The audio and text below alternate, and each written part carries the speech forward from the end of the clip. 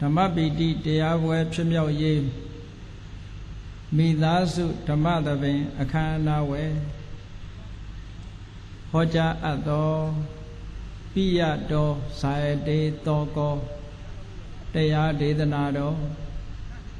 ဒီကနေ့ညဓမ္မသဘင်ခန္ဓာကိုရှင်ဘုန်းတော်သခင်ရှင်တော်မြတ်ဖျား၏မဟာကရုဏာဂုဏ်ကိုအာယုပြုကာတိကျူဖွဲ့ဆိုအပ်သောဝန္ဒနာပနာမအာတိတဂါထာကိုယူဆိုပူဇော်ခြင်းဖြင့်စတင်ကြရအောင်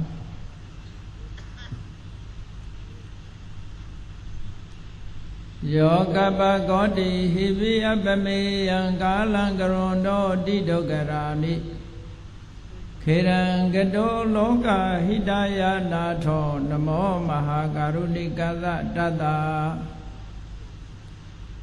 ယောနာထောဝိနိယမြာစွာတတ္တဝါဤချမ်းသာစီးပွားလိုလားတောင်းတဂုံပေါင်းခါလည်းဖြင့်နာထမြညာခြင်းရှင်တော်မြတ်ဖရာသည်ကပ္ပကောတိဟိပိဂရေကဘာအရေအတွက်သင်္ချာတို့ဖြင့်တော်လဲအဘယ်မေယံရေအတွက်တိုင်းတာဖော်ပြခြင်းကမစွမ်းနိုင်ပါသောကာလလေးအသင်ချေသိနေကဘာရှိကြသောကာလပတ်လုံးလောကဟိတယတတ္တလောကဤအကျိုးစီးပွားအလုံးငါအတိဒုက္ခရာနိဥ္စာသက်ချေလက်အင်္ဂါမေတ္တာကြီးမှသမိသာနှင့်တထာဇနေစွန်ကြီးကြီးဟုကျက်တိထဘွယ်ငါးသွဲအစုအလုံးခဲရင်သောမှုတို့ကို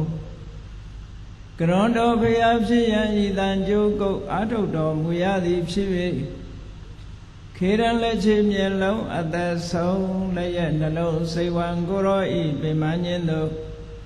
ကတောဘဝဒါနကျိန်ဖန်များစွာရောက်တော်မူခဲ့ရရှာလေပြီမဟာကရုဏီကတတ္တဝါများယင်ဝေသားကဲ့သို့တနာချစ်ခင်မဟာကရုဏာရှင်ဖြစ်တော်မူသောဒါသနာဒသဝိနည်းများစွာတတ္တဝါဤချမ်းသာစီးပွားလိုလားတောင်းတဂုံပေါင်းခါသည်ဖြင့်နာထမြညာထိုရှင်တော်မြတ်ဖရာအားနမောယုတိပြောင်းပြောင်းမှန်ကိုလျော်၍ကရောယုကျူရှိခိုးခြင်းသည်အထုဘဝတုစင်စစ်မသွေဖြစ်ပါစေတည်း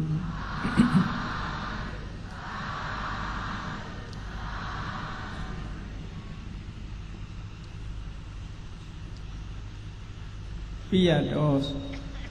ဇာယတေသောကော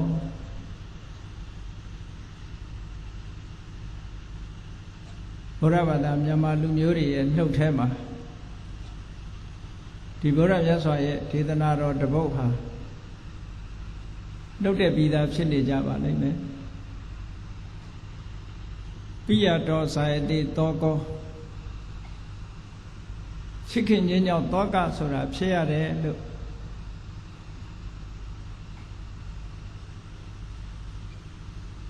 ဖြစ်ရတဲ့သဘာဝတစ်ခုကိုမြတ်စွာဘုရားသခင်ကိုရောမြတ်ကသဘာဝတရားရှုထောင့်ကနေပြီးတော့ဟောကြားထားတဲ့ဒေသနာတစ်ပုဒ်လောကစကားနဲ့ပြောမယ်ဆိုလို့ရှိရင်ဒီကနေ့ခေတ်လူတွေကတော့ဒါ philosophy လို့ပြောကြတယ်လည်းပြောမှာပေါ့အတွေးအမြင်တရားသောကဆိုတာဘယ်ကဖြစ်လာသလဲသောကဆိုတာဘာကြောင့်ဖြစ်လာဘာကိုမြစ်ပြားခံပြီးတော့ဖြစ်လာရတယ်လဲဆိုလို့ရှိရင်ပိယလို့ခေါ်တဲ့မိမိရဲ့စိတ်နှလုံးကိုယူကျုံနှစ်သက်စေတတ်တဲ့ပုဂ္ဂိုလ်တ attva ပဲဖြစ်စေလူကိုယ်ရင်ရည်ညွှန်းတာမဟုတ်ဘူးပိယဆိုတာမိမိမျက်နှိုးတဲ့အရာဝတ္ထုမိမိမျက်နှိုးတဲ့တ attva မိမိမျက်နှိုးတဲ့ပုဂ္ဂိုလ်အဲ့ဒါတွေအလုံးခြုံပြီးတော့တတ္တသင်္ခါရဆိုတဲ့စကားလုံးကိုသုံးတာမိမိမျက်နှိုးတဲ့တ attva သင်္ခါရဆိုတာအရာဝတ္ထုတွေအလုံးကိုရည်ညွှန်းလိုက်တာ မိမိစိတ်ထဲမှာ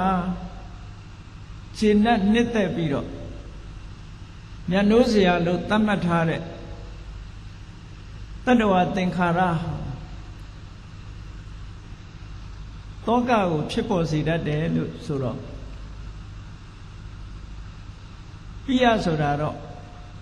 တောကဖြစ်ပေါ်လာစေခြင်းရဲ့အကြောင်းတရားတွေကအာယုံတစ်မျိုးကိုရည်ညွှန်းတဲ့သဘောသို့တော်ဒီနေရာမှာပိယမိမိမျက်နှိုးအပ်တဲ့အရာသည်တောကကိုဖြစ်စေတယ်လို့ဆိုတော့မျက်နှိုးအပ်တဲ့အရာဟာသက်ရှိတ attva ရင်လည်းဖြစ်မယ်သက်မဲ့အရာဝတ္ထုရင်လည်းဖြစ်နိုင်တယ်ပေါ့သို့တော်အဲ့ဒီအရာပေါ်မှာတကယ်ဆိုလိုတာကတော့ထိုမျက်နှိုးအပ်တဲ့အရာမျက်နှိုးအပ်တဲ့ပုဂ္ဂိုလ်ကမိမိကိုတောကဖြစ်စေတာလားလို့ဆိုတော့တကယ်ကတိုက်ရိုက်အားဖြင့်မဟုတ်ဘူးတဲ့တကယ်တောကကိုဖြစ်စေတတ်တာထိုပစ္စည်းဝတ္ထုကိုမျက်နှိုးတဲ့တွေ့တာတဲ့တဏှာပိယပုဂ္ဂိုလ်ပေါ်မှာချစ်ခင်တွေ့တာတဲ့တဏှာအဲ့ဒီအတွေ့အတာကသာလဲတောကကိုဖြစ်စေတယ်အဲ့တော့မြတ်စွာဘုရားရဲ့အဆုံးအမတော်ဟာဘယ်နေရာပဲဖြစ်ဖြစ်တညီတဲ့တထက်တည်းရှိတယ်ပေါ့ပိယဆိုတာအရာဝတ္ထုနဲ့ပုဂ္ဂိုလ်တ attva ကိုရည်ညွှန်းပေမဲ့လို့အဲ့ဒီအရာဝတ္ထုနဲ့ပုဂ္ဂိုလ်တ attva ပေါ်မှာအစွဲပြုပြီးနေတော့တဏှာရာဂအဲ့ဒီသဘာဝတရားကသာလဲတောကကိုဖြစ်စေတတ်တယ်ဆိုတော့ဒုက္ခသမုဒယဆိုတာတဏှာဆိုတာအလုံးသိပြီးသားပဲလောကမှာရှိတဲ့ဒုက္ခအလုံးကိုဖြစ်ပေါ်စေတာတဏှာပဲဒီတကြောင့်လို့ပိယတောဇာယတိသောကောလို့ဆိုတဲ့နေရာမှာတိုက်ရဲ့အတိပ္ပယ်အားဖြင့်မိမိမျက်နှိုးတဲ့အရာဝတ္ထုမျက်နှိုးရတဲ့ပုဂ္ဂိုလ်ပေါ်မှာတွေ့တာဆွဲလမ်းမှုဆိုတဲ့တဏှာသည်လူတွေရဲ့တဏ္ဍာမှာယင်တွင်းပူလောင်မှုလို့ဆိုတဲ့တောကဆိုတာတရားကိုကောင်းလိုက်တဲ့အခါကျတော့ဒေါသနဲ့ရှင်တွဲလာတဲ့ဝမ်းနဲ့ကြေကွဲတဲ့ခံစားမှုတစ်ခုပြောတယ်တောကဟာတာမန်အားဖြင့်တဏှာရှိတိုင်းတောကဖြစ်လာသလားလို့ဆိုတော့အမြဲတမ်းဖြစ်နေတာလားလို့ဆိုတော့မဟုတ်ဘူးမိမိအနေနဲ့ပိယဝတ္ထုပိယပုဂ္ဂိုလ်ဆုံးရှုံးတော့မယ်သို့မဟုတ်ဆုံးရှုံးသွားပြီဆုံးရှုံးတော့မယ်အနေအထားရောက်နေတယ်သို့မဟုတ်ဆုံးရှုံးသွားပြီဆိုလို့ရှိရင်တောကကိုဖြစ်ပေါ်စေ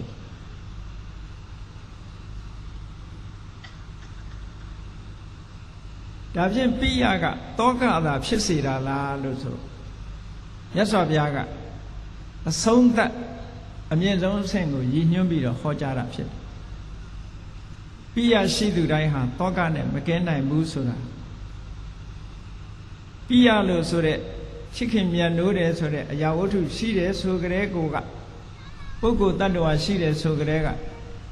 ထိုပုဂ္ဂိုလ်မှာအတွေ့အတာတဏှာရာဂရှိတယ်လို့ပြောတယ်အဲ့ဒီအတွေ့အတာတဏှာရာဂသည်တောကကိုမွေးဖွားပေးနိုင်တယ်တဲ့အဲ့တော့မြတ်စွာဘုရားဟောတော်မူတဲ့တရားတော်တွေဟာတိုက်ရိုက်သိရတဲ့အဓိပ္ပာယ်ရှိတယ်လို့တခါတရံကြတော့တိုက်ရိုက်တဲ့တဆင့်တွက်ပြီးတော့ယူရတဲ့အဓိပ္ပာယ်ရှိတိုက်ရိုက်သိရတဲ့အဓိပ္ပာယ်ကြတော့တဏှာယဇာယတိသောကောလို့ဆိုလို့ရှိရင်ဒါတိုက်ရိုက်သိရတဲ့အဓိပ္ပာယ်တစ်ခုပဲတဏှာကြောင့်တောကဖြစ်တယ်ပိယတောဇာယတိသောကောဆိုတာတဆင့်ခံအနေနဲ့ပြောတာတဏှာရာဂရှိသည့်အတွက်ကြောင့်ပိယပုဂ္ဂိုလ်ပိယပစ္စည်းဝတ္ထုရှိတယ်ပိယပုဂ္ဂိုလ်ပိယပစ္စည်းဝတ္ထုရှိသည့်အတွက်ကြောင့်တဏှာရှိတယ်တဏှာရှိလို့တောကဆိုတာဖြစ်တယ်လို့ဒီလိုဆိုလိုတာပေါ့ဒါကမရှောင်လွဲနိုင်တဲ့အကြောင်းတရားတစ်ခုပဲ ဒါကမြတ်စွာဘုရားသခင်ကိုရောမြတ်ကတောကသည်ပိယပေါ်မှာအခြေခံတဲ့တဏှာရာဂကစတင်လာတာပဲတဏှာရာဂရှိလို့တောကရှိရတယ်ဒီစကားကိုလောကရှိတဲ့လူသားတွေအားလုံးလက်ခံသလားလို့ဆိုတော့ဒီချက်ဟာဘုရားဝတ္တဝင်မြန်မာလူမျိုးတွေကတော့ဘုရားတရားတော်တွေနဲ့ယဉ်နီးပြီးသားဖြစ်သည့်အတွက်ကြောင့်အလွယ်တကူလက်ခံကြလိုက်သို့သောဒီစကားကိုလက်မခံနိုင်တာတွေလည်းအများကြီးရှိလက်မခံနိုင်ဘူးဘာကြောင့်လို့တာမန်အတွေ့အဖြင့်တွေးမယ်ဆိုရင်လောကမှာနှစ်သက်မြတ်နိုးစရာအာယုန်တွေကိုကြည့်ပြီးတော့လူတွေဟာပြောနေတဲ့အခါတွေရောမရှိဘူးလားရှိတယ်မိမိနဲ့ချစ်သူခင်သူတွေနဲ့တွဲပြီးတော့ပျော်မြူးနေကြတဲ့ပုဂ္ဂိုလ်တွေလောကမှာအများကြီးရှိတာပဲမရှိဘူးလားရှိတယ်မိဘတွေဆိုလို့ရှိရင်ဟုတ်တယ်ချစ်မြတ်နိုးတဲ့သားလိမ္မာသမီးလိမ္မာလေးတွေရှိရင်ဟောသားလိမ္မာသမီးလိမ္မာလေးတွေကိုကြည့်ပြီးတော့ပိဋိသောမနတတွေဒုက္ခတွေမဖြစ်ကြပေဘူးလားမိဘတွေရဲ့နှလုံးသားဟာသားတို့ယုတ်ဤတိတာမိသားဆိုတဲ့စာချုပ်အတိုင်းပဲသားသမီးလေးကြည့်လိုက်လို့ရှိရင်မိဘတွေဟာဘလောက်ပင်ပန်းသူတို့ယင်ထဲမှာငြိမ်းချမ်းသွားတယ်အဲ့ဒါဘာကြောင့်သားသမီးရဲ့အချစ်ပေါ်မှာထိုအချစ်ကနေပြီးတော့ထုတ်လုပ်ပေးလိုက်တာတောကမဟုတ်ဘူးဘာတွေထုတ်ပေးနေတော့ချမ်းသာမှုတွေဝမ်းသာမှုတွေကြည်နူးမှုတွေကိုထုတ်မပေးဘူးလားအဲ့ဒီအဆင့်အနေနဲ့တော့ဟုတ်တယ်မှန်တယ်ဒါကြောင့်မို့လို့ပိယတောဇာယတိဆိုတဲ့ပိယတောဇာယတိသောကောဆိုတဲ့အဆင့်ကိုကြောမြင်ဖို့ဆိုတာအမှန်တမ်းနည်းနည်းတယ်အများပုဂ္ဂိုလ်တွေကဘာကိုလက်ခံတော့ဆိုရင်ချစ်ခင်ခြင်းကြောင့်ကျင့်နဲ့နှစ်သက်အားရပျော်ရွှင်မှုကိုရတယ်ဆိုတာကိုဒါလက်ခံခြင်းရတယ်လူတွေကချစ်ခင်ခြင်းကြောင့်တောကဖြစ်တယ်ဆိုတာလူတိုင်းမမြင်ဘူးတဲ့နော်လူတိုင်းမြင်တာမဟုတ်ဘူးချစ်ခင်မှုသည်ပျော်ရွှင်မှုကိုပေးတယ်လို့ပဲဒီလိုပဲပြောကြဒါကြောင့်မို့နောက်တိုင်းကလူတွေလည်းရေးကြတယ်လေအချစ်မရှိတဲ့လောကဘာဖြစ်တယ်ညာဖြစ်တယ်ဟုတ်ကဲ့လူလောကမှာချစ်ခင်မှုတွေ့တာမှုနှစ်သက်မြတ်နိုးမှုနဲ့လူတွေဟာလူ့ဘဝမှာနေကြထိုင်ကြတာအဲ့ဒါလိုနေကြထိုင်ကြတာတွေကိုအကြောင်းပြုပြီးတော့ဒီလိုအစဉ်ပြေးနေတဲ့ပုဂ္ဂိုလ်တွေအနေနဲ့ပိယတောဇာယတိသောကောဆိုတဲ့ဘုရားမြတ်စွာရဲ့အဆိုပြုချက်ဟောကြားချက်ဓမ္မဋိဋ္ဌာန်ကြကြပြောဆိုထားတဲ့အတွေ့အခေါ်တရားကိုလက်ခံကောင်းမှလက်ခံမယ်ခုမှလက်မခံတာမဟုတ်ဘူးရှေးတုန်းကလည်းလက်မခံခဲ့တာရှိခဲ့တယ်ပေါ့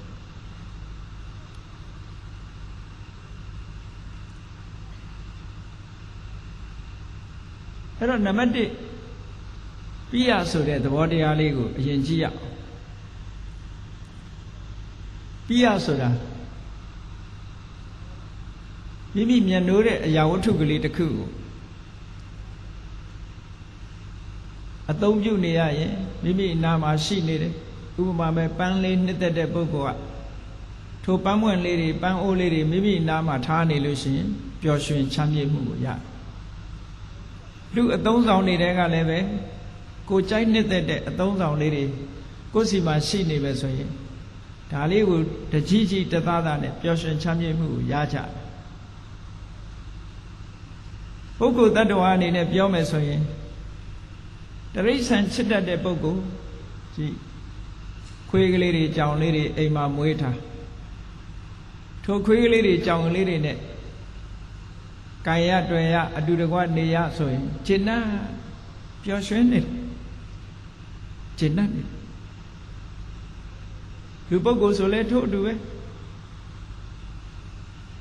စိတ်ထဲမှာ မြင်နေရကြားနေရတွေးနေရလို့ရှိရင်စိတ်ရဲ့ကြည်နူးမှုကိုရနေတာတွေမှန်သမျှပြီးရမယ်အဲ့ဒီပြီးရလို့ဆိုတဲ့အရာဝတ္ထုပုဂ္ဂိုလ်တ attva စိတ်ထဲမှာကြည်နူးမှုဆိုတာဖြစ်ပေါ်လာတဲ့အခါမှာထိုကြည်နူးမှုကိုကြိုက်နှစ်သက်တဲ့တွေ့တာဆွဲလန်းတဲ့တဏှာဆိုတာလာတယ်အဲ့ဒီကြိုက်နှစ်သက်တတ်တဲ့တွေ့တာဆွဲလန်းတဲ့တဏှာဆိုတာလာပြီဆိုလို့ရှိရင်မိမိချစ်ခင်အပ်တဲ့ဉာဏ်တို့အပ်တဲ့ပစ္စည်းဝတ္ထုဆိုတာသာဝရရှိနိုင်ပါမလားမရှိနိုင်ဘူးချစ်ခင်ဉာဏ်တို့အပ်တဲ့ပုဂ္ဂိုလ်ဆိုတာလည်းပဲကိုယ်အလိုကြအတိုင်းသာဝရရှိပါမလားမရှိဘူးမရှိလို့တစုံတစ်ခုအပြောင်းလဲဖြစ်သွားပြီမပြောင်းလဲခင်ကဒီပုဂ္ဂိုလ်ကဘာတွေတွေ့ထားတော့ဆိုဣတံမမဒါငါဟာငါပိုင်တယ်ငါပစ္စည်းငါသားငါသမီးစသဖြင့်တွေ့တာမှုလေးတွေမရှိဘူးလားအဲ့ဒီတွေ့တာမှုလေးတွေဟာပြောင်းလဲသွားပြီဆိုလိုက်တာနဲ့တပြိုင်နက်ဘာလာလဲလို့ဆိုတောကလာပြီအဲ့ဒီကြောင့်အကယ်၍သာဒီအတိုင်းရှိနေမယ်ဆိုလို့ရှိရင်တောကလာအောင်မဟုတ်သေးဘူးဒါမို့တောကဟာညာတိဖြသနာမိမိချစ်ခင်တဲ့ဆွေတွေမျိုးတွေဒါတွေပျက်စီးတော့မယ်ဆိုတဲ့အနေထားရှိရင်စိုးရိမ်ကြတယ်ပျက်စီးသွားပြီဆိုလို့ရှိရင်လည်းပဲစိုးရိမ်တော့ကရောက်ကြတယ်အဲ့ဒါတွေဟာအနိကအကြောင်းတရားတွေပဲရင်တွဲမဆန့်ရင်ထဲမှာပူလောင်လာတဲ့တောကအလုံးကြားဘူးကြတဲ့အထက်ပဲပတာစာရီရဲ့တောကပြင်းထန်ဆုံးလို့ဒီလိုပြောပတာစာရီရဲ့တောကအလုံးသိတဲ့အတိုင်းနံပါတ်1အာကိုတကြီးရှိရတဲ့နေယောက်ျားဆုံးသွားတယ်တောကြီးမြက်မဲမှာဆုံးသည့်အတွက်ကြောင့်အာကိုရမရှိဘူးလူမမယ်သားကလေး2ယောက်နဲ့ဒုက္ခရောက်တယ်စဉ်းစားတွေးကြည့်ပေါ့သူ့ရဲ့ဒုက္ခကိုခံစားကြည့်ဘယ်လောက်ကြီးလဲနောက်တစ်ခုအဖော်ပြုတ်လာတဲ့သားကလေး2ယောက်စလုံးတပြိုင်နက်နီးပါးမိမိမျက်စိအောက်မှာအသက်ပြောက်ပြီးတော့သူ့မြင်ကွင်းကလုံးဝပျောက်ကွယ်သွားကြတယ်သူတယောက်တည်းကြံတော့သို့တော့အားကိုးရလေးကြမ်းနေသေးတယ်အိမ်မှာအမေရှိတယ်အဖေရှိတယ်မောင်ကလေးတယောက်ရှိတယ်ဟောသူ့စိတ်ထဲကဒါလေးနဲ့သူ့စိတ်လေးကိုထိန်းလို့ရသေးတယ်နောက်ဆုံးကြတော့သူအားကိုးမလို့ကြံထားတဲ့အမေတို့အဖေတို့မောင်ကလေးတို့ဆိုတာဟာတပြိုင်နက်သေဆုံးသွားကြလို့မရှိတော့ဘူးသူဆုံးရှုံးသွားတာသူအားကိုးနေတဲ့လူ6ယောက်တယောက်မှမရှိတော့အဲ့ဒီအချိန်မှာသူ့ရဲ့ဒေါမနတဝေဒနာဟာရင်ထဲကိုတက်ဆောင်ပြီးတော့အမတန်ပြင်းထန်တဲ့တောကကြီးဖြစ်သွားတာနောက်ဆုံးမှာတောကုံမတ္တကတောကကြောင့်ယူသွားတဲ့အယူတယ်မဘဝရောက်သွားတယ်မဟုတ်လားအဲ့ဒါဟာပတာစာရီဟာသူ့ယောက်ျားမှသေတာမဟုတ်ဘူးဒီပြင်လူတွေရောမသေတာမရှိဘူးလားရှိတယ်သူ့သားသမီးမှသေတာမဟုတ်ဘူးဒီပြင်လူတွေရောမသေဘူးလားသေတယ်သူ့မိဘတွေမှသေတာမဟုတ်ဘူးဒီပြင်လူတွေလည်းသေတာပဲသို့တော့ဒီပြင်ပုဂ္ဂိုလ်တွေကိုသူအထက်ပြီးမစင်စားဘူးဒီပြင်ပုဂ္ဂိုလ်တွေကသူ့ရဲ့ပိယပုဂ္ဂိုလ်မဟုတ်ဘူးတဲ့ဟုတ်ကဲ့လားသူ့ရဲ့ပိယပုဂ္ဂိုလ်ကအဲ့ဒီ6ယောက်အဲ့ဒီ6ယောက်ကိုအားကိုးမလို့ရှိနေတဲ့အချိန်မှာသူဟာစိတ်မထိန်နိုင်ပဲနဲ့ဒေါမနတဝေဒနာစိတ်ထဲမှာခံစားရမှုဟာပြင်းထန်လာတဲ့အခါကျတော့တောကဖြစ်ပြီးတော့အယူတယ်မှာဘဝရောက်သွားတာကဲနောက်တစ်ဝတ္ထုရှာကြည့်လိုက်ဒါလူသိများပြီးသားဝတ္ထုတွေပဲဂေါရမီဆိုတဲ့အမျိုးသမီးလေးပိန်ပိန်ပါးပါးလေးမို့သူများတဲ့ပို့ပြီးတော့ပိန်လို့ခိတာလို့ခေါ်တယ်ခိတာဂေါရမီ နာမည်ဆိုးဆုံးနဲ့ပြောရင်တော့ဗိမပေါ့နော်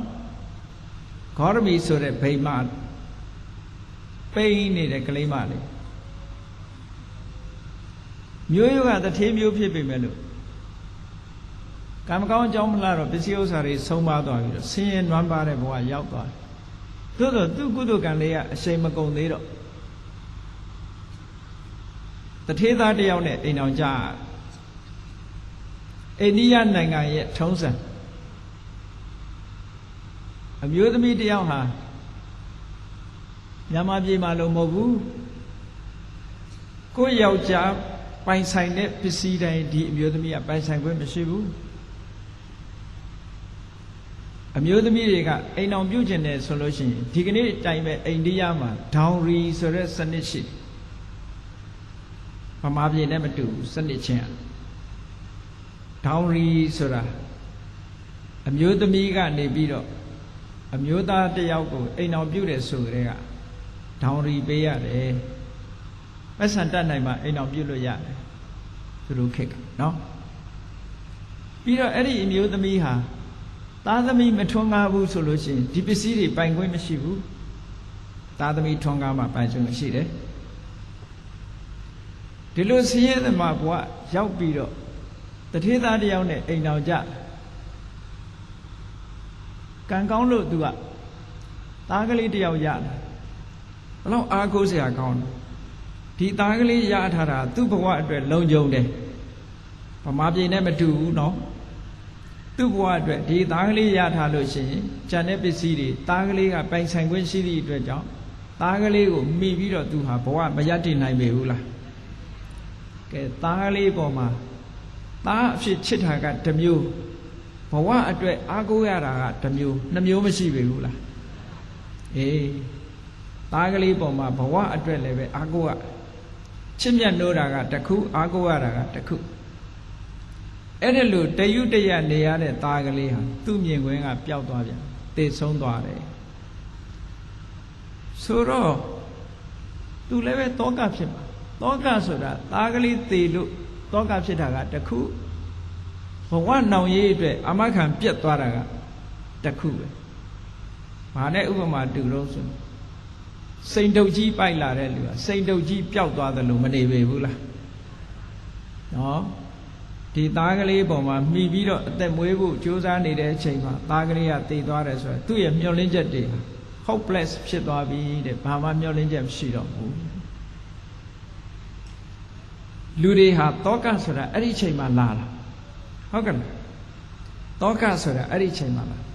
အဲ့ဒီကွက်လက်လေးကိုမမြင်ဘူးမြတ်စွာဘုရားကအေးကောင်းပြီတောကဆိုတာဒီအချိန်မှာလာတယ်ဆိုတာ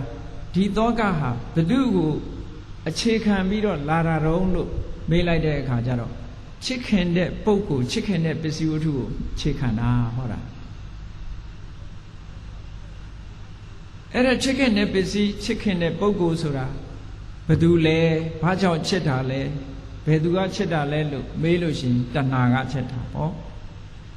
အဲ့ဒီတဏှာကိုလူတိုင်းကမမြင်ဘူးဒါကြောင့်မို့အတွေ့အတာရှိတဲ့နေရာတိုင်းတောကဖြစ်တယ်ဘုန်းကြီးတို့တွေ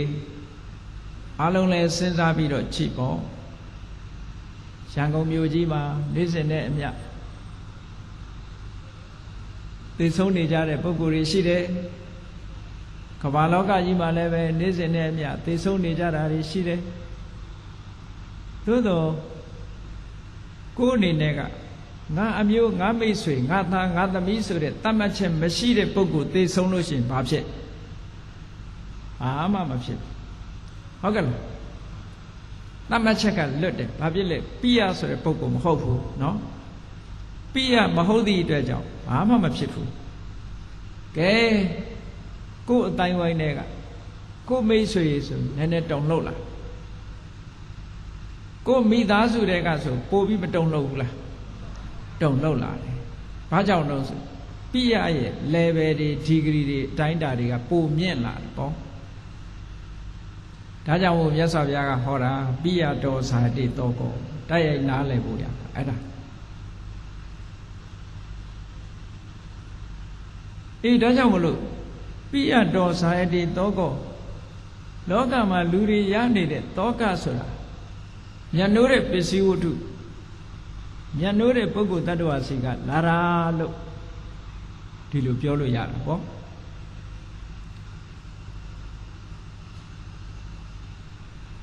ဒါနဲ့ပတ်သက်ပြီးတော့မစ္စည်းမနိကေ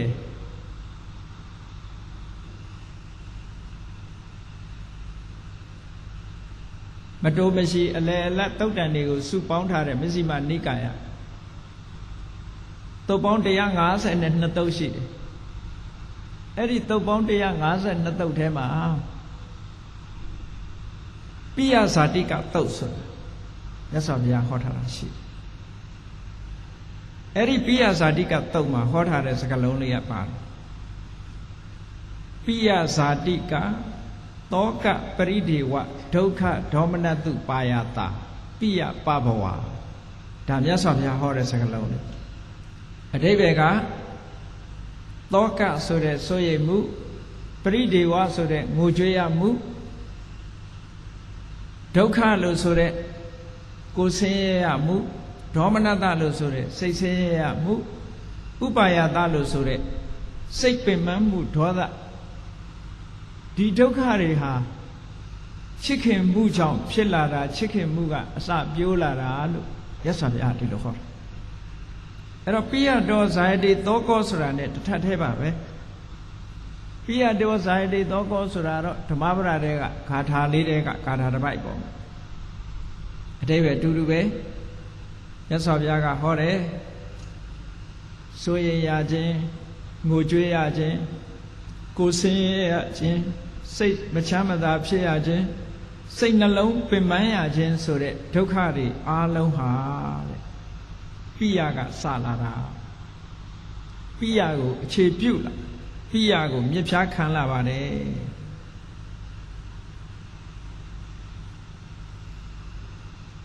အဲ့ဒီသုတ်တန်လေးဖြစ်ပေါ်လာပုံနဲ့မြတ်စွာဘုရားကိုယ်တိုင်ဒီစကားလုံးကိုရှင်းပြခဲ့ရတာအင်မတန်မှမှတ်သားစရာကောင်းတယ်သာဝတိပြေကတခါကြီးတယောက်ဥပဒကာလို့မဆိုတော့ဗုဒ္ဓဘာသာဟုတ်ကောင်းမှဟုတ်မယ်အဲ့ဒီတခါကြီးမှာအင်မတန်ချစ်လာတဲ့သားလေးတယောက်ရှိတယ်တဲ့ထိုသားလေးရဲ့ကံကြမ္မာအလျောက်ပဲသိဆုံးသွားဖခင်လှုပ်သူကချစ်လို့အားမရခင်သေဆုံးသွားတဲ့သားကလေးပေါ်မှာတဒန်းတရနဲ့နေ့စဉ်နဲ့အမျှသင်္ချိုင်းသွားပြီးတော့ငိုယိုပူဆွေးသောကဖြစ်နေတာတနေ့ကျတော့မြတ်စွာဘုရားကဇေတော်ကျောင်းသားကတစ်ပင်တစ်ပင်ရင်းမှာထိုင်းနေတဲ့သဘောရှိအဲ့ဒီတကာကြီးကအနားရောက်လာပြီးမြတ်စွာဘုရားထံချင့်ကပ်မျက်နှာမသာမယာညှိုးညှိုးငယ်ငယ်နဲ့ဘုရားရှိခိုးလာပြီးတော့ထိုင်တော့မြတ်စွာဘုရားကမေးတယ်တကာပဲနဲ့လေမျက်နှာမသာမယာနဲ့စိတ်ချမ်းသာတဲ့ပုံပန်းတဏ္ဍာမရှိဘူးရုပ်ပုံအိန္ဒြေတွေကြည့်ရတာစိတ်မချမ်းသာဘူးနဲ့ထူတယ်လို့ညှိုးညှိုးငယ်ငယ်နဲ့ထိုင်နေတဲ့တကာကြီးကိုမေးလိုက်တော့သူကဘာပြန်ပြောတော့ဆိုအရှင်ဘုရားတဲ့ဘယ်မှာချမ်းသာမလို့တပည့်တော်မှာတူရီသောချစ်လစွာသောသားကလေးတယောက်ဆုံးရှုံးသွားလို့မကြခင်ကသေဆုံးသွားလို့နေ့စဉ်နဲ့အမျှသင်္ချိုင်းသွားပြီးတော့ငိုယိုးနေရတယ်သူကပြောတော့မြတ်စွာဘုရားကဒီစကားလေးကိုပြန်မိတ်လိုက်တာတခါကြီးတဲ့စိုးရိမ်ရခြင်းငိုကြွေးရခြင်းကိုယ်ဆင်းရဲရခြင်းစိတ်ဆင်းရဲရခြင်းစိတ်နှလုံးပင်ပန်းခြင်းတို့ဆိုတာဟာချစ်ခင်မှုပိယကနေစတင်လာတာပါလို့ချစ်ခင်မှုကအစာပြုတာပါချစ်ခင်မှုကြောင့်ဖြစ်လာတာပါလို့မြတ်စွာဘုရားဒီစကားပြောလိုက်အဲ့ဒီတကားလက်မခံဘူးချက်ချင်းကန့်ကွက်တယ်နော်ချက်ချင်းကန့်ကွက်တယ်အရှင်ဘုရားဒါမဟုတ်နိုင်ဘူးချစ်ခင်မှုပိယပုဂ္ဂိုလ်ပိယဝတ္ထုကိုအကြောင်းပြုပြီးတော့ပျော်ရွှင်မှုဝမ်းသာမှုသာဖြစ်နိုင်တယ်တောကဖြစ်တယ်ဆိုတာ तू လက်မခံဘူးလ လက်မခံဘူးဆိုပြီးတော့ဘုရားဟောတာကိုညှင်းပယ်ပြီးတော့နေရာနေထသွားမလတ်မကမ်းမှာဇေရဝံကျောင်းသားကအရိပ်အဝါဒတစ်ခုမှာလာပြီးတော့ကစားနေတဲ့ကစားသမားတစုကလည်းရှိတယ်ဖယားနဲ့ခါလန်းလန်းနေမယ်နော်လာပြီးတော့ကစားနေကြဖဲရိုက်တာလားကျွေးရန်ကစားတာလားတစ်ခုခုပေါ့အဲ့ဒါလို့ကစားနေတဲ့လူတွေစီကို तू ကသွားတယ်သွားပြီးတော့ तू ကရင်ဖွင့်နေပေါ့ငါကွာတဲ့ယဟန်ဂေါရမကဒီလိုပြောတယ်ငါလက်မခံဘူးညင်းလာခဲ့ယဟန်ဂေါရမပြောတယ်တဲ့အေးစိုးရိမ်ရခြင်းကိုကြွေးရခြင်းကိုဆင်းရဲရခြင်းစိတ်ဆင်းရဲရခြင်းစိတ်နှလုံးပင်ပန်းခြင်းရခြင်းဆိုတာချစ်ခင်မှုကြောင့်ဖြစ်တာချစ်ခင်တဲ့ပုဂ္ဂိုလ်ကြောင့်ဖြစ်ရတာလို့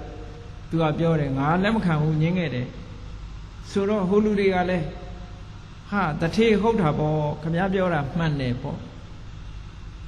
အယက်သမားတွေကစားသမားတွေကလည်းသူ့ထောက်ခံတယ်ဟုတ်ကဲ့လားအဲ့တော့မြတ်စွာဘုရားဟောတဲ့စကားကဟောတော်မူတဲ့ဒီစကားလုံးလေးဟာချစ်ခင်မှုချစ်ခင်ရတဲ့ပုဂ္ဂိုလ်ကိုအကြောင်းပြုပြီးတော့တောကစသည်ဖြစ်ရတယ်ဆိုတဲ့ဒီစကားလုံးဟာထိုခေတ်ကတည်ပြီးတော့ကြားရသေးဖို့မပေါ်ဘူးမပေါ်သည့်အတွက်ကြောင့်အဲ့ဒီစကားဟာတဖြည်းဖြည်းနဲ့တယောက်ကပြောတယောက်ကပြောတယောက်ကပြောနဲ့အမျိုးမျိုးပြောကြတယ်တချို့ကလည်းဟုတ်တယ်မဟုတ်ဘူးတချို့ကလည်းလက်ခံတယ်တချို့ကလည်းလက်မခံဘူးဒီလိုလက်ခံသူနဲ့လက်မခံသူတီတိုပြောရင်းနဲ့ဘယ်ထိအောင်ရောက်သွားတော့ဆိုဒီစကားကနန်းတော်ထိအောင်ရောက်သွားပသိနရီကောသလမင်းကြီးနားရောက်သွားဒီစကားကအခုချိန်သာရိုးနေတာအဲ့ဒီချိန်တော့တော်တော်ထူးဆန်းတဲ့စကားတစ်ခုဖြစ်တယ်ဟုတ်ကဲ့လားအားလုံးကသိထားတာကချစ်ခင်နှစ်သက်မှုကြောင့်တောကဖြစ်ရတယ်ဆိုတာလူတိုင်းမသိဘူးအားလုံးသိရတာကချစ်ခင်နှစ်သက်မှုကြောင့်ပျော်ရွှင်ရတယ်ဝမ်းသာရတယ်ကြည်နူးရတယ်ပေါ့ဒါပဲသိနေစမ်းမအောင်ဗမာသချင်းတွေထဲမှာပါလားချစ်ခင်မှုကြောင့်စိုးရိမ်ရတယ်ပူဆွေးရတယ်လို့ပါလားပျော်ရတယ်ပဲပါတယ်ထင်တယ်နော်ကြည်နူးရတယ်ပဲပါတယ်ခုခေတ်တော့သချင်းတွေကတော့အမျိုးမျိုးဆိုကြတာမို့ချစ်ခင်မှုနဲ့ပတ်သက်ပြီးတော့ဘယ်ချိန်ကြမှာတော့ဆိုလို့ရှိရင်လက်လွတ်ဆုံးရှုံးပြီဆိုလို့ရှိရင်ပါတဲ့အသေးတွေကွဲကုန်တာတို့အသေးတွေခြေမွကုန်တာဒါပေမဲ့အသေးကွဲရင်အသက်ရှင်မှာမလားမရှင်ဘူးเนาะဒီစကလုံးဟာနန်းတော်ထီအောင်ရောက်သွားတဲ့အခါကျတော့ကောသလမင်းကြီးဆိုတာလေစဉ်းစားဉာဏ်ကခဏနဲ့သူကထောခံမန္တဓာတုကောတဲ့နည်းနည်းလေးတယ်ညာစဉ်းစားဉာဏ်တိတ်မတွက်လက်တော့သူကဘာပြောသူကလည်းပဲချစ်သူခင်သူကြောင့်တောကဖြစ်တယ်ဆိုတာလက်မခံရင်းကြီးလက်မခံတော့ဒီစကားကိုမာလိကာမိဘုရားကြီးကိုပြောတယ်မာလိကာတဲ့ယဟန်ဂေါရမကတောကဖြစ်တာဟာချစ်ခင်ခြင်းကစတယ်လို့ဟောနေတယ်တဲ့ဒီစကားတို့နန်းတော်ထဲရောက်လာဒါမဖြစ်နိုင်ဘူးဆိုတော့မာလိကာကဘာပြောတော့ဆိုရှင်မင်းကြီးတဲ့ဘုရားဟောတဲ့စကားဆိုရင်မမှားပါဘူးမြတ်စွာဘုရားတကယ်ဟောရုံမှန်ရင်မမှားဘူးကြည့်ဉာဏ်ရှိတဲ့လူနဲ့မရှိတဲ့လူကွာတယ်နော်ဉာဏ်မရှိတဲ့လူကအပေါ်ယံတွေးကြည့်လိုက်လို့ရှိရင်ချစ်ခင်နှစ်သက်မှုကြောင့်တောကဖြစ်တယ်ဆိုတာလက်မခံဘူးချစ်ခင်နှစ်သက်မှုကြောင့်ပျော်ရတယ်ရွှင်ရတယ်ကျဉ်းရတယ်ကြည်နူးရတယ်ဒါပဲသိတယ်တဆင့်တက်စဉ်းစားရမှာဟိုကဟုတ်ကဲ့လားအဲ့တော့မာဏိကမိဘုရားကပြောတော့ဘုရင်ကြီးကစိတ်ဆိုးတယ်မင်းကလည်းကွာဆရာနဲ့တပည့်ကြနေတာပဲဆရာတပည့်ဆိုတာတပည့်ကဘာဆရာကပြောလိုက်ဟုတ်ကဲ့ဆရာမနေဘူးလားလူတွေကဟုတ်ကဲ့ဆရာဆရာကိုပြန်မပြောရဲဘူးမမေးရတော့ဟုတ်ကဲ့ဆရာပဲလောက်ကြအဲ့ဒါလိုပဲတဲ့ယဟန်ဂေါရမကဘာပြောလိုက်ဘုရားပြောရင်မှန်တယ်ပဲမင်းကအဲ့ဒါလိုဆိုပြီးတော့ဘုရင်ကြီးကစိတ်ဆိုးတယ် စိတ်ဆိုးတော့မာနိကမိဘုရားကဒါဘုရားဟောတာဟုတ်မဟုတ် तू confirm လုပ်မယ်ပေါ့ဘုရားဟောတာဆိုရင်မှန်ရမယ် तू ကတော့တစ်ထစ်ချယူဆထားအဓိပ္ပာယ်ရှိတယ် तू ကိုယ်တိုင်လည်းမဆုံးဖြတ်ဘူးဘုရားဟောတာစစ်မစစ်တမန်တယောက်ကိုလွှတ်လိုက်တယ်နာလိဇင်ကဆိုတဲ့ပုံနာကြီးကိုခေါ်တယ်ခေါ်ပြီးတော့ပြောတတ်ဆိုတဲ့ရင်ကျေးကျေးဆက်ဆံတတ်တဲ့နာလိဇင်ကကိုဘုရားစီလွှတ်လိုက်တယ်သွားဘုရားစီသွားပြီးတော့ဒီစကားကိုဘုရားဟောတာဟုတ်မဟုတ်သွားပြီးတော့ရှောက်ခိုင်းတယ်နာလိဇင်ကအကြောင်းတော်သွားပြီးတော့မြတ်စွာဘုရားကိုရှောက်တယ်အရှင်ဘုရားတဲ့ပိယဇာတိကာတောကပရိဒေဝဒုက္ခဒေါမနတုပါယတာပိယပဘဝဆိုတဲ့ပဘဝိကာဆိုတဲ့ဒီစကားကိုအရှင်ဘုရားဟောတာဟုတ်မဟုတ်အရှင်ဘုရားတကယ်ပြောတယ်လားဆိုတော့ဟုတ်တာပေါ့တဲ့ငါပြောလိုက်တယ်တဲ့ဒီစကားဟုတ်တယ်တခါတယောက်ကိုငါပြောလိုက်တာငါပြောတာဟုတ်တယ်ဘာဖြစ်လို့ပြောရတာတုံးဆိုတော့တာဝတိပြည်ကတကယ်ဖြစ်ရ true story တွေမြတ်စွာဘုရားထုတ်ပြတယ်နော်မြတ်စွာဘုရားကကြည့်ဓမ္မရှုထောင့်ကတည်းဟောတာမဟုတ်ဘူးကိုယ်တိုင်သိနိုင်တဲ့ရှုထောင့်တွေကနေပြီးတော့မြတ်စွာဘုရားဟောတာတကယ်အဖြစ်အပျက်တွေကိုမြတ်စွာဘုရားထုတ်ပြတယ်ငါပြောမယ်တဲ့ဟောဒီတာဝတိပြည်မှာဖြစ်ခဲ့တဲ့တကယ် true story တကယ်ဖြစ်ရအမှန်တွေကိုငါပြောပြမယ်ဘုရားဟောတဲ့ true story ဟာ17ပုဒ်ပါအဲ့ထက်ဟောတာ17ခုလောက်ရှိအချင်းချုပ်ပြီးတော့ပြောရမယ်ဆိုလို့ရှိရင်ဟောဒီတာဝတိပြည်ကအမျိုးသမီးတယောက်ဟာအမေဆုံးသွားတယ်အဖေဆုံးသွားတယ်ဖေဆုံးသွားတဲ့အမျိုးသမီးရှိတယ်ပေါ့အမေဆုံးသွားတဲ့အမျိုးသမီးရှိတယ်ယောက်ျားဆုံးသွားတယ်သားဆုံးသွားတယ်သမီးဆုံးသွားတယ်မောင်ဆုံးသွားတယ်ညီမဆုံးသွားတယ်နောက်အမျိုးသားတယောက်ကလည်းပဲထို့တူပဲဆုံးသွားကြတယ်အဲ့ဒီသေဆုံးမှုတွေနဲ့ပတ်သက်ပြီးတော့တဲ့တာဝတိပြည်မှာအမျိုးသမီးတယောက်ဟာသူ့အမေဆုံးသွားတဲ့အခါမှာဘာဖြစ်သွားတော့ဆိုတောကတွေတအားဖြစ်ပြီးတော့ယူသွတ်သွားတယ်လမ်းပေါ်ရောက်သွားပြီးတော့လမ်းပေါ်မှာလူတကာတွေ့တဲ့အတိုင်းအမေနဲ့မတွေ့ခဲ့ဘူးလားအမေကိုမမြင်လိုက်ဘူးလားနဲ့ရှောက်ပြီးတော့မေးနေတယ်လူတွေ့တိုင်းအမေကိုမမြင်ခဲ့ဘူးလားအမေနဲ့မတွေ့ခဲ့ဘူးလားနဲ့ယူသွတ်သွားတဲ့ဘဝရောက်တယ်အဖေဆုံးတဲ့အမျိုးသမီးကလည်းထို့တူပဲလမ်းပေါ်ရောက်သွားပြီးတော့ယူသွတ်သွားတာရှိခဲ့ဘူးတဲ့ဒါတာဝတိပြည်မှာရှိခဲ့တယ်နော်ဒီမှာလည်းလိုက်ပြီးတော့ကြည့်မယ်ဆိုလို့ရှိရင်ဒါမျိုးမရှိဘူးလို့ပြောနိုင်ပါမလားပြောနိုင်ဘူးဒီလိုဟာတွေအများကြီးရှိနိုင်တယ်ပေါ့နောက်ဆုံးမြတ်စွာဘုရားထုတ်ပြတာတခုတကယ်သာဝတိပြည်မှာဖြစ်ခဲ့တာတခုကတဲ့မိဘသဘောမတူတဲ့အိမ်တောင်ကြတဲ့ဇနီးမောင်နှံတယောက်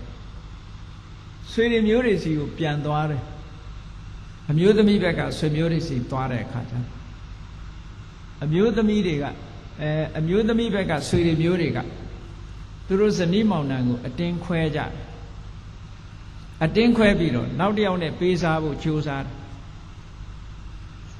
အဲ့ဒါလို့ကြိုးစားတော့အမျိုးသမီးကသူ့ယောက်ျားကိုဗာပြောတော့ဆိုရင်သူ့ရဲ့ဆွေတွေမျိုးတွေကတော့အတင်းလောက်ကြတော့မယ်ဒီလိုအဲ့ဒီနောက်ထပ်ပေးစားမဲ့လူကိုသူကမနှစ်သက်နိုင်ဘူးတဲ့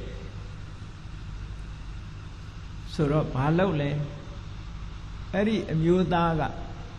အမျိုးသမီးကိုဓာတ်နဲ့ထိုးတတ်ပြီးတော့သူကိုယ်တိုင်လည်းပဲဓာတ်နဲ့ထိုးပြီးတော့သေပွဲဝင်သွားတယ်ဒါတကယ် true story ဒီကနေ့ခေတ်မှာလည်းမကြားခြင်းအဆုံးမှာတစ်ကမ္ဘာလုံးရှာကြည့်မယ်ဆိုရင်နေ့စဉ်နဲ့အမျှရှိနေမှာပဲမရှိပေဘူးလားဒါတာဝတိပြည်ကဖြစ်ခဲ့တဲ့ဇာလန်းတွေကိုပြောတာနော်ဇာလန်းတွေမြောက်များစွာရှိတဲ့ထဲမှာဒီလိုဖြစ်ခဲ့တယ်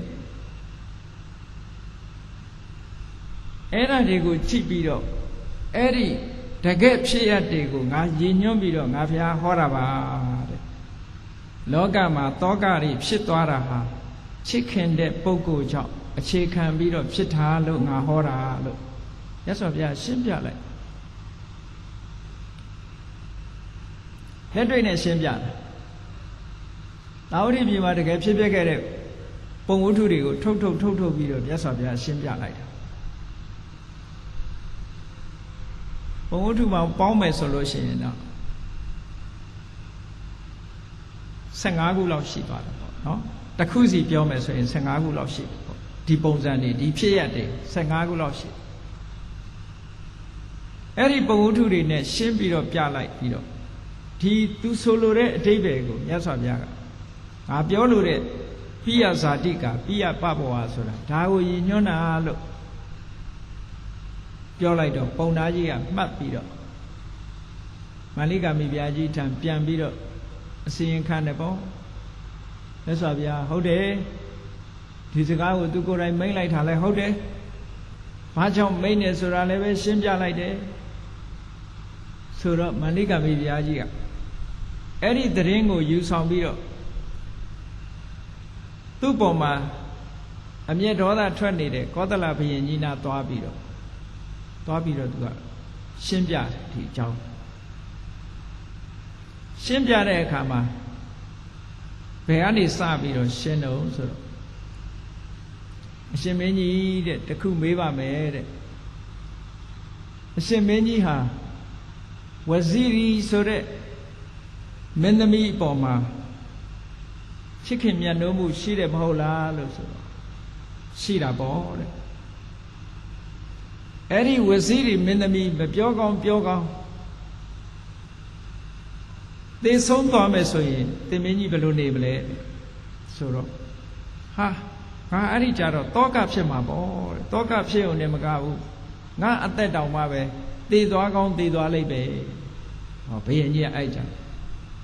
ရှင်မင်းကြီးတဲ့မြတ်စွာဘုရားကပိယဇာတိကတောကပရိဒေဝဒုက္ခဒေါမနတုပါယတာဆိုတဲ့စကားဒါကိုရည်ညွှန်းတာပါဘုရင်ကြီးသဘောပေါက်အောင်ရှင်းပြရှင်မင်းကြီးဟာဝဇီရီဆိုတဲ့မင်းသမီးပေါ်မှာအတွေ့အတာတွေရှိတယ်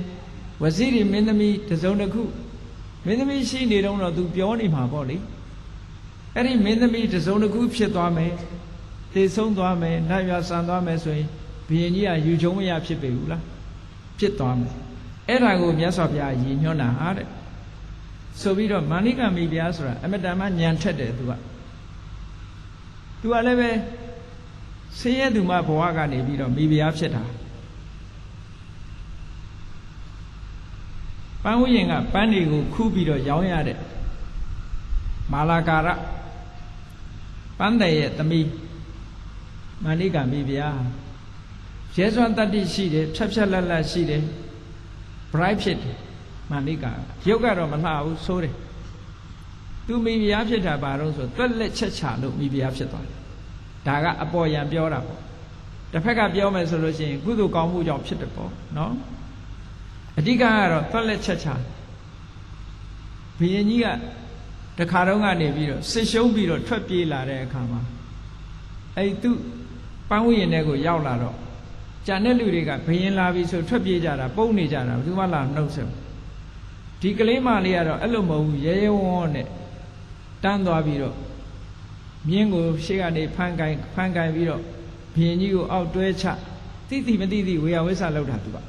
ရဲတယ်တွက်လက်တယ်မြင်းကိုတော့ရေတွေဘာတွေတိုက်တယ်ဘယင်ကြီးကိုလည်းရေတွေဘာတွေတိုက်တယ်အမောပန်းဖြေဖို့ရာတွေလှုပ်ပေးတယ်အကုန်လုံးကိုကမောပန်းပြီးတော့ပြေးလာရတဲ့ဘယင်ကြီးမြင်းကလည်းမောဘယင်ကလည်းမောအဲ့ဒီအချိန်မှာသူကရဲရဲဝံ့နဲ့တွက်လက်ချက်ချာဘုရင်ကြီးကိုဝကြီးဝငယ်ပြုစုခဲ့တယ်အဲ့ဒါကြောင့်မို့လို့သူကမိဖုရားဖြစ်သွားတာနော်အရာရာမှာထက်မြက်တယ်ပေါ့မာလိကမိဖုရားဆိုတာအဲ့ဒါကြောင့်မို့လို့ဘုရင်ကြီးမမှားရလေအောင်ဒီစကားအဓိပ္ပာယ်ကိုသူကသွားရှင်းပြနောက်သူကမေးခွန်းတစ်ခုမေးတယ်ထပ်ပြီးတော့အရှင်မင်းကြီးတဲ့ဝါသပခတ္တိယာမိဖုရားပေါ်မှာအရှင်မင်းကြီးချစ်မြတ်နိုးတယ်မဟုတ်လားတဲ့ဟုတ်တာပေါ့တဲ့ငါချစ်မြတ်နိုးတယ်အကယ်၍ဝါသပခတ္တိယာများမပြောကောင်းနတ်ရွာဆန်သွားမယ်ဆိုရင်ဘုရင်ကြီးဘယ်နဲ့နေမလို့ဆိုဟာငါတောင်သေကောင်းသေလိမ့်မယ်ပေါ့အဲ့ဒါလောက်ထိအောင်မြတ်နိုးပါတယ်လို့ပြော မြတ်စွာဘုရားကဒါကိုပြောတာတဲ့ပိယတောဇာတိတောကောဆိုတောကဆိုတာချစ်ခင်မှုကစတယ်လို့မြတ်စွာဘုရားဒါကိုပြောတာအားလုံးသိကြတယ်ဝါတဝခတ္တိယဆိုတာနာဂမုန္ဒာဆိုတဲ့ကျွန်မမဟာနာမဆိုတဲ့ဘုရင်တာဂိဝေမင်းနဲ့ကရှင်နုရုဒ္ဓရဲ့အကိုမဟာနာမနဲ့နာဂမုန္ဒာတို့ကမွေးဖွားတဲ့သမီးအဖေဘက်ကမင်းသွေးပါတယ်အမေဘက်ကတော့ဇတ်နှိပ်နေပေါ့သို့တော်လည်းရုပ်ကလေးကချောချောဆိုတော့ဘုရင်ကြီးကကောသလမင်းကြီးကဖះနဲ့အမျိုးတော်ရင်လို့ဆိုပြီးတော့ဖះအမျိုးတဲကသူတို့သမီးသွားတောင်းတာတောင်းတဲ့အခါကျတော့တာဂိဝေမင်းသားတွေကတာဂိဝေမင်းတွေကတာဂိဝေမင်းသမီးစစ်စစ်ကိုမပေးချင်လို့နော်ကာပြားကိုပေးလိုက်တာအစ်စ်ကိုမပေးဘူးကာပြားကိုပေးလိုက်တာအဲ့ဒါဝါသဘခတ္တိယအဲ့ဒီဝါသဘခတ္တိယပေါ်မှာလည်းပဲဘုရင်ကြီးကအမတန်မှမြတ်နိုးတယ်အေးကောင်းပြီဝါသဘခတ္တိယမိဖုရားကနေမွေးလာတဲ့သားကဝိတတုပလို့ခေါ်တယ်ဒီဇာလန်းတွေကဗမာပရိသတ်ကသိတာလေကြားပါဝိတတုပဆိုတာဘုရင်ကြီးကအမတန်မှချစ်မြတ်နိုးလို့ဝိတတုပကိုသူကစစ်သူကြီးခန့်ထားတာသေနာပတိယာဓုပေးထားတာမင်းသားပဲသေနာပတိဆိုတာတွေကသေနာပတိရဲ့အထက်မှာအိမ်ရှင်မင်းပဲရှိတော့တယ်။နောက်ကြရင်သူကအိမ်ရှင်မင်းသားဖြစ်ပြီးတော့နန်းစည်းစိမ်ခံစားရမှာပေါ့။အဲ့ဒီအချိန်မှာဝိတတုပကိုသေနာပတိယာဓုပေးထားတယ်။ဒါကြောင့်မို့မာလိကာမိဘုရားကမေးတယ်အရှင်မင်းကြီးတဲ့သားတော်ဝိတတုပမင်းသားသေနာပတိပေါ်ရောရှင်မင်းကြီးကချစ်မြတ်နိုးတယ်မဟုတ်လားဟာချစ်တာပေါ့တဲ့ငါသားလေးအကယ်၍များဝိတတုပမပြောကောင်းပြောကောင်းတစ်ခုခုဖြစ်သွားရင်သင်မင်းကြီးဘယ်လိုနေမလဲလို့ဆိုတောကဖြစ်မှာပေါ့စိုးရိမ်မှာပေါ့ငိုကြွေးရမှာပေါ့နောက်ဆုံးကြမှာမန္လိကာကပြောတာရှင်မင်းကြီးတဲ့ရှင်မင်းကြီးဟာကျမအပေါ်မှာလည်းတာရစဉ်ရှိတယ်မဟုတ်လားတဲ့ရှိတယ်အကယ်၍ကျမသိသွားရင်မနဲ့နေမလို့ပေါ့ငါလည်းတောကဖြစ်ရမှာပေါ့မန္လိကာမိဘုရားကအဲ့လိုတစ်ခုစီမေးပြီးတော့ပိယဇာတိကတောကပရိဒေဝဒုက္ခဒေါမနတဥပါယတာပိယပဝါဆိုတဲ့စကားလုံးရဲ့အဓိပ္ပာယ်ကိုတစ်ပိုက်ချင်းရှင်းပြီးတော့ပြလိုက်တော့ဘုရင်ကြီးကအဲ့ဒီကြမှာဟင်ချပြီးတော့ဝန္တာအာရနဲ့ခြေလက်တွေဆေးပြီးတော့မြတ်စွာဘုရားရှိရာကိုနှစ်ဖူးလက်အုပ်ချီပြီးတော့နမောတတ၃ညရွတ်တယ်အဲ့နမောတတရွတ်တဲ့ထဲမှာကောသလမင်းကြီးပါတယ်တို့လူတွေကတော့နေတိုင်းပဲနမောတတရွတ်နေကြတာပါနော်ဒါပေမဲ့သူတို့ကရင်ထဲကရွတ်တဲ့နမောတတနော်တကယ်ကိုဟုတ်လိုက်တာဆိုပြီးတော့မြတ်စွာဘုရားဂုဏ်တော်တွေကိုတကယ်ကိုကြီးညိုပြီးတော့ခြေတွေလက်တွေကိုဆေးပြီးတော့ချက်ချင်းမြတ်စွာဘုရားသခင်ကိုရောမြတ်ရှိတဲ့ဘက်ကိုဥလှဲ့လို့